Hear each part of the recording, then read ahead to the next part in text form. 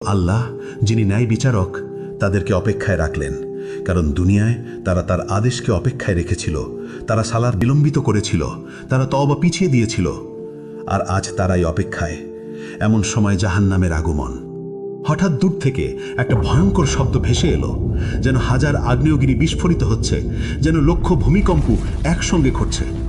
শব্দ ক্রমশ তাদের কাছে আসছে, মানুষ কানে আঙুল দিচ্ছেন কিন্তু কোনো লাভ নেই। শব্দ তাদের হাড় কাঁপিয়ে দিচ্ছে, অস্থিমজ্জায় ঢুকে যাচ্ছে। তারপর দূর থেকে দেখা দিল জাহান্নাম, ভয়ঙ্কর জাহান্নাম। ৭০,০০০ শৃঙ্খল দিয়ে বাঁধা, প্রত্যেক শৃঙ্খলে ৭০,০০০ ফেরেস্তা টেনে আনছে। জাহান্নাম যেন জীবন্ত দানব, রাগান্বিত, ক্ষুধার্ত আর বুনো। মানুষকে দেখে সে আরও দ্রুত ছুটতে চায়। শৃঙ্খল টেনে ধরে আছে ফেরেস্তারা অত্যন্ত কষ্টে। জাহান্নাম গর্জে উঠছে, সে মানুষকে কেড়ে খেতে চায়। যখন হাসরের মাঠের দিকে আসে, তার ক্রোধ আর ধরে রাখা যায় না।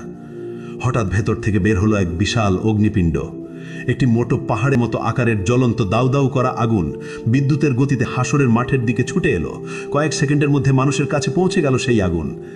দেখে মানুষ পাগল হয়ে গেল, তারা দৌড়াতে লাগলো, কিন্তু কোথায়? সেই জায়গা তো নেই যেদিকে দৌড়াচ্ছে আগুন ওখানেই, যেদিকে তাকাচ্ছে আগুন সেখানেই। তারা লুকিয়ে যাবার জায়গা খুঁজছেন, নিজেদের মাটিতে ছুঁড়ে ফেলছেন, কিন্তু আগুন থেমে নেই, এগিয়ে আসছেই অবিরত। মাত্র কয়েক সেকেন্ড বাকি, এর মধ্যে এটি পুড়িয়ে ফেলবে সমগ্র হাসরের ময়দান। কোটি কোটি মানুষ ছাই হয়ে যাবে। কিন্তু সেই শেষ মুহূর্তে আসমান থেকে নূরের ঝলক নিয়ে আসবেন জিবরাইল আলাইহিস সালাম। তার হাতে একটি ছোট পাত্র, ভেতরে স্বচ্ছ এক তরল পানি। তিনি সেই তরল ঢেলে দিলেন সেই বিশাল অগ্নিখণ্ডের উপর। সঙ্গে সঙ্গে উঠল ঘন ভাস্প, আগুনে তাৎক্ষণিক নিভে গেল। ফলে বরফ শীতল এক পাথরে পরিণত হলো। কোটি কোটি মানুষ একই মুহূর্তে গভীর শ্বাস নিল, যেন তারা বেঁচে গেল। কিন্তু এটিও শেষ রক্ষা ছিল না। মানুষ অবাক হয়ে জিজ্ঞেস করল, ওটা কি তরল পানি ছিল? কিভাবে এত ভীতিকর আগুন নিভে গেল? তখন জিবরাইল আলাইহিস সালাম বললেন, ওটা ছিল তোমাদের চোখের জল।